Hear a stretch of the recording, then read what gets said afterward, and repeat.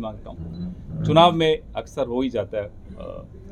मैं यहाँ आया उससे पहले कल कुछ सोच रहा था कि सिरसा जा रहा हूँ, एक ऐसी ज़मीन पर जा रहा हूँ जिस ज़मीन ने जब अनाज की कमी हुआ करती थी देश में, इस ज़मीन ने बीड़ा उठाया था कि पूरे भारत में अनाज की कमी ख़त्म कर देंगे और ख़त्म करके दिखाया। ये ऐसी पावन ज़मीन है। तो यहाँ एक तरह से मैं इसको तीर्थ यात्रा मानता हूँ, मैं जहाँ आया हूँ। उसके बाद जब किसान आंदोलन हो रहा था तो मनसा सिरसा से लेकर सोनीपत बागपत तक के किसानों ने ही बीड़ा उठाया था कि किसानी को बचाना है इस देश में। बड़े बड़े उद्योगपतियों के पास खेती एक तरह से गिरवी रखने का एक षड्यंत्र रचा जा रहा था, उसको रोकने का जो काम यहाँ के मजबूत किसानों ने किया, उसके लिए भी उनको सलाम करने मैं यहाँ आया हूँ। लेकिन जब मैं सोच रहा था तभी किसी ने मुझे, हमारे यहीं के किसी साथी ने एक सांसद का वीडियो भेजा, भारतीय जनता पार्टी की हिमाचल की सांसद, जो कहती हैं कि जिनको हम और आप काला कानून कहते हैं, कि वो काला कानून वापस लाएंगे। अब मैं हैरान हुआ, मैंने फिर से उसको रिवाइंड करके 4-5 बार सुना कि मैंने गलत सुन लिया हो कहीं, लेकिन वो तो वही बोल रही थी। आज सुबह, आज अभी 1-1.5 घंटे पहले एक विधायक भारतीय जनता पार्टी का, उसने फिर समर्थन कर दिया इसी बयान का। तो पार्टी के भीतर कोई चर्चा चल रही हो सकता है सांसद ने गलती से उस चर्चा को सार्वजनिक कर दिया। चर्चा तो चल रही होगी, अपने दिमाग में तो उनके नहीं आया होगा कि ये काले कानून वापस लाने हैं। चर्चा पार्टी के किस मंच पर, प्रधानमंत्री के कार्यालय में चली, कृषि मंत्रालय में चली, कहीं ना कहीं तो ये चर्चा चली है। लेकिन उसको सार्वजनिक हो जाना, उसका मुझे लगता है भगवान चाहता है कि इस तरह का षड्यंत्र कामयाब न हो, इसलिए भगवान ने उस सांसद को सद्बुद्धि दी कि उन्होंने ये चर्चा आप सबके सामने कर दी। ये भगवान करवाते। बड़ी धार्मिक नगरी में हैं हम, यहाँ बैठे हैं, आशीर्वाद है भगवान का, ऐसा नहीं है। लेकिन 10 साल में जो सिरसा की इस पूरी बेल्ट की नौजवानों की हालत हुई, किसानों की हालत हुई, पहलवानों की हालत हुई, वो आप सबके सामने। चिट्टा जो कभी यहां सुनाई नहीं देता था 2014 से पहले, आज चिट्टे का एक तरह से कैंसर की तरह वो फैल रहा है। नौजवान नशे के लत में आ रहे हैं, उनको धकेला जा रहा है नशे। ये षड्यंत्र क्या है? इस देश की आने वाली नस्लों को तबाह करने का षड्यंत्र कोई देश का दुश्मन ही रच सकता है। कोई देश को चाहने वाला तो ऐसा काम नहीं कर सकता। न इनको हमारी नस्लों की चिंता, न इनको हमारी फसलों की चिंता, इनको किस चीज की चिंता है? सिर्फ अपनी सत्ता की चिंता। मुझे याद है एक वीडियो बड़ा वायरल हुआ था, यहीं का वीडियो था। एक बुजुर्ग, यहाँ 9.5 साल के मुख्यमंत्री खट्टर साहब के पास रोते रोते गए। उनका बेटा नशे की वजह से मौत हो गई थी उसकी, और किस तरह से उसको अपमानित किया था मुख्यमंत्री ने उस वक्त के, वो मैं वीडियो भूल नहीं पाया। वो हम सबके दिमाग में है, दर्द देता है वो वीडियो। एक तो आप नशे को, और नशे में मुझे हमारे यहाँ के साथी बताते हैं कि भारतीय जनता पार्टी के कई नेता भी शामिल हैं इस तरह के नशे के व्यापार में। बताइए, ये क्या देश के दुश्मन नहीं है तो क्या है? जो हमारी आने वाली पीढ़ी को तबाह कर रहे हैं वो दुश्मन ही हैं। पहलवानों के साथ क्या हुआ वो आपने देखा।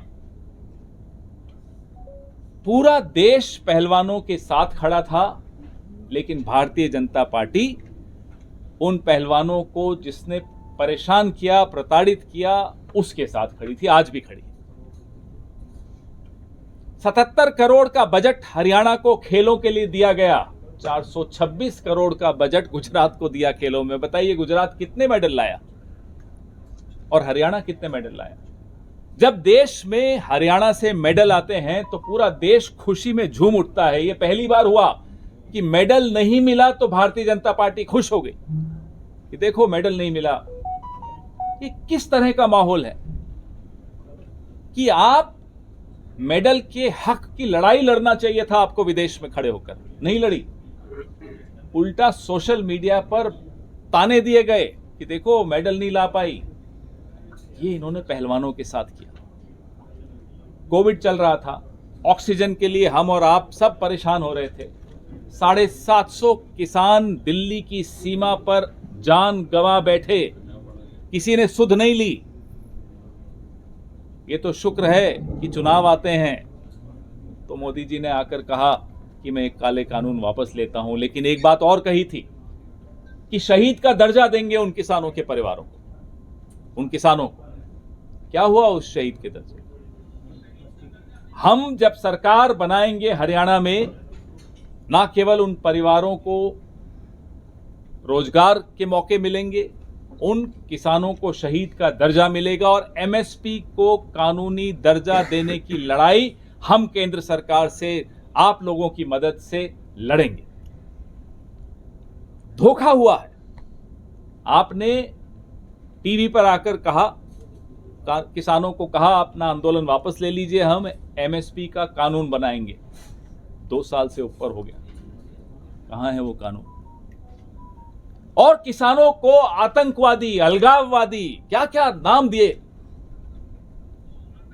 पहलवानों का अपमान, जवानों का अपमान, किसानों का अपमान। फिर किस मुंह से आप वोट मांगने आते हो, हम ये जानना चाहते हैं। हिम्मत कैसे होती है आपकी यहां वोट मांगने? और अगर इतना अच्छा काम किया था आपने, तो 9.5 साल के मुख्यमंत्री को हटाने की जरूरत क्यों पड़ी? क्यों हटाना पड़ा? अब वो घूम रहे हैं पूरे देश में, मनोहर कहानियां सुना रहे हैं। उनकी मनोहर कहानियों को सुनने की इच्छा तो उनकी अपनी पार्टी की नहीं है। हरियाणा क्यों सुनेगा उनकी मनोहर कहानियां? प्रधानमंत्री, गृह मंत्री, कृषि मंत्री, रक्षा मंत्री, इन सबको लाइन में यहां खड़े होकर आप सबसे माफी मांगनी चाहिए। अग्निवीर लाए। जिस हरियाणा में साल में 5000 लोग फौज में भर्ती होते थे, आज 225 लोग होते हैं साल में। यह किया इन्होंने अग्निवीर लाकर हरियाणा के साथ। तभी मैंने ये आपको मंत्रालयों के नाम बताए। इन तमाम मंत्रियों को आप बुलाइए हरियाणा के सामने, हरियाणा के किसान के सामने, हरियाणा के पहलवान के सामने, हरियाणा के जवान के सामने माफी मांगे देश से। 71 की लड़ाई हो, 65 की लड़ाई हो, कारगिल की लड़ाई हो, यहीं का जवान सीमा पे जाकर अपनी जान देता है। तिरंगे में लपेटकर उसको लाया जाता है। उसके नाम से आप वोट मांगते हो, लेकिन उसके साथ कर क्या रहे हो आप? देश की सुरक्षा के साथ क्या कर रहे हो आप? ना आपको नौजवान के भविष्य की चिंता, न सेना की आगे की चिंता कि सेना मजबूत रहे, न हमारी सीमाओं की चिंता। आपको चिंता सिर्फ अपनी सत्ता की है। इसलिए जब भी यहां प्रधानमंत्री आए, पहली मांग उनसे आप करिएगा कि वोट तो आप अब 5-7 साल बाद आइएगा मांगने, अभी माफी मांग कर जाइए। हमारी 7 गारंटियां हमारे सब साथी लगातार आपसे साझा कर रहे हैं। ये मल्लिकार्जुन खड़गे जी और राहुल गांधी की जुबान से निकले हुए शब्द पत्थर की लकीर होते हैं। अगर उन्होंने कहा है गारंटी, तो गारंटी होती है।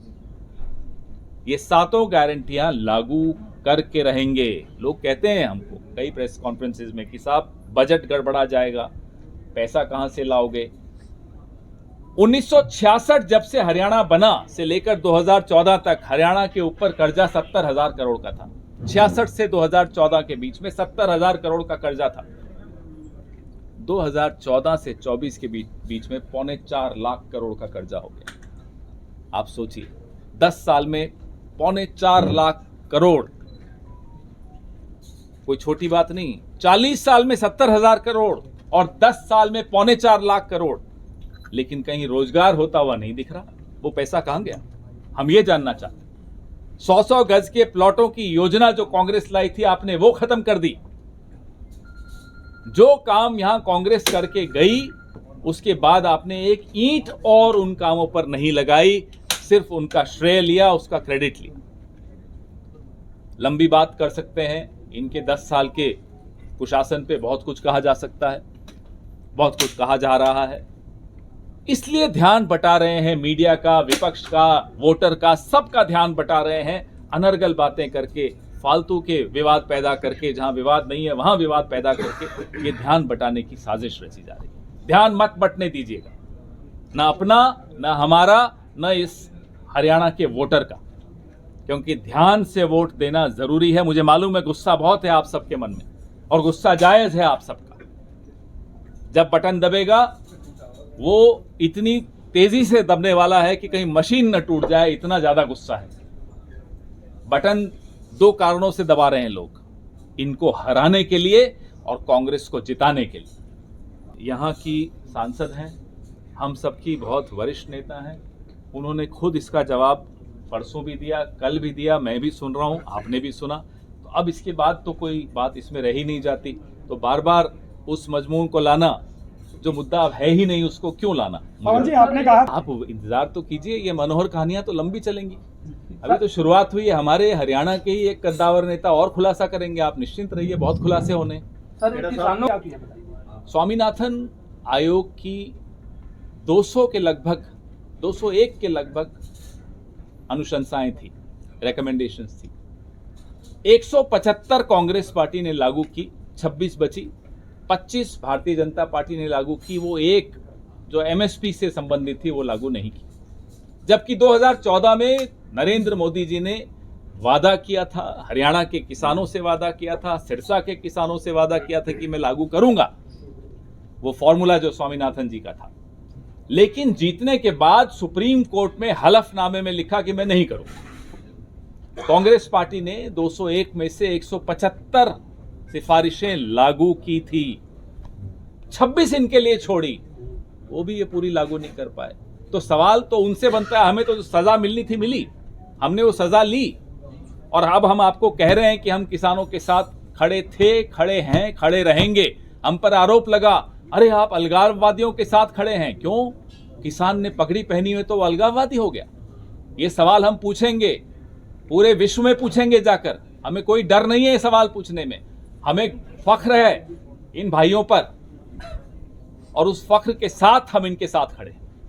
ये अंदर की बात है, मुझे ये नहीं समझ में आ रहा कि अंदर की बात इशारे से वो बाहर लाती हैं या गलती से लाती हैं, लेकिन बात अंदर यही चल रही है कि काले कानून आने चाहिए। किस तरह से ये जिनका आपने नाम लिया, मैंने उनकी पिक्चरें भी नहीं देखी वैसे, जिनका आपने नाम लिया वो किस तरह से बार बार किसानों का अपमान करती हैं। ये बिना ऊपर की अनुमति के नहीं हो सकता, उनकी इजाजत के बगैर नहीं हो सकता। वही चाहते हैं कि ये बोला जाए, नहीं तो किसी की हिम्मत नहीं है उस पार्टी में, पत्ता भी नहीं हिलता उनके इशारे के बगैर, और ये ऐसे ही बोल रही हैं। ऐसा हो सकता है क्या?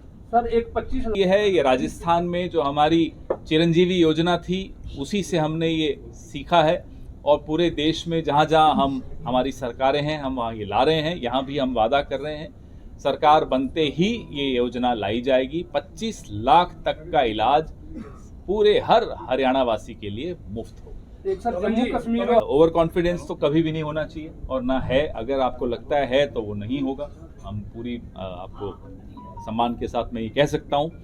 रही बात फैक्शनलिज्म की, अनिल जी, तो फैक्शनलिज्म शब्द गलत लगता है मुझे। ये फैक्शनलिज्म नहीं है। हमारे यहाँ इतनी ईमानदारी है कि जो मन में है, मलाल मन में नहीं रखते, बोल के एक बार खत्म कर देते, और फिर मिलजुल कर चुनाव लड़ते हैं, जीतते हैं, सरकार बनाएंगे। सर लागू कर दी, ओपीएस लागू कर दी, बीजेपी ने कहा पैसे कहां से लाओगे? हमें वो सब योजनाएं करने के लिए पैसा है। किसी भी स्तर पे अगर हमें खुद त्याग करना पड़े करेंगे, लेकिन जो गारंटियां हैं वो पूरी होंगी, की जा रही हैं, यहां भी की जाएंगी और होंगी। मैंने आपको बताया 70,000 करोड़ बनाम 4.25 लाख करोड़, ये अंतर है। इन लोगों को सरकार चलानी नहीं आती। आपकी शैलजा जी भी कह रहे हैं कि सीएम बनेंगे। हमारे यहाँ कोई लड़ाई नहीं। हमारे यहाँ बहुत सिंपल प्रक्रिया है कि जो विधायक दल है वो आपस में तय करता है, राय मशविरा करता है, केंद्रीय नेतृत्व को अपनी राय बताता है, फिर केंद्रीय नेतृत्व निर्णय लेता है। पवन जी, 2000 क्या जो हमारे विधायक दल की बैठक में जो निर्णय लिया जाता है, जो सिफारिश विधायक दल करता है, उसके आधार पर ही निर्णय लिया जाता है। वो दौर जो आप कह रहे हो चल रहा है, वो ज्यादा मीडिया में चल रहा था। हकीकत में इतना नहीं चला। कहाँ है? कैंडिडेट को बुलाई। सर एक हकीकत में ऐसा नहीं था। सर एक लेकिन जो मन में आता है कई बार, कई लोगों को लगता है, हमें भी लगता है कई बार कि भी मुझे ये चीज़ मिलनी चाहिए थी या मेरे आदमी को भी, होता है, ये जायज़ सी बात है राजनीति में। सर एक लेकिन वो ऐसा नहीं है कि कोई दुश्मनी है आपस में, सब मिलकर ही चुनाव लड़ रहे हैं। हाँ जी, एक वक्तव्य ये एक आदत है जहां विवाद नहीं है वहां भी विवाद पैदा करना, क्योंकि विवाद के बगैर बीजेपी है ही नहीं। जब तक विवाद है तब तक बीजेपी है। और विवाद क्यों पैदा करना चाहते हैं? ताकि चिट्टे पे सवाल न पूछे जाएं, बेरोजगारी पे सवाल न पूछे जाएं, अग्निवीर पे सवाल न पूछे जाएं, किसानों पर सवाल न पूछे जाएं। इस कारण से ये षड्यंत्र रचते हैं, रोज एक नया शिगुफा छोड़ देते हैं। चलिए साहब आप इसमें बिजी हो जाइए। है अब जेपीसी पे जो निर्णय होगा देखते हैं। तो आपकी तरफ से अरे क्या हाँ, कदम जो नया संसद बना उसकी छत भी लीक होती है।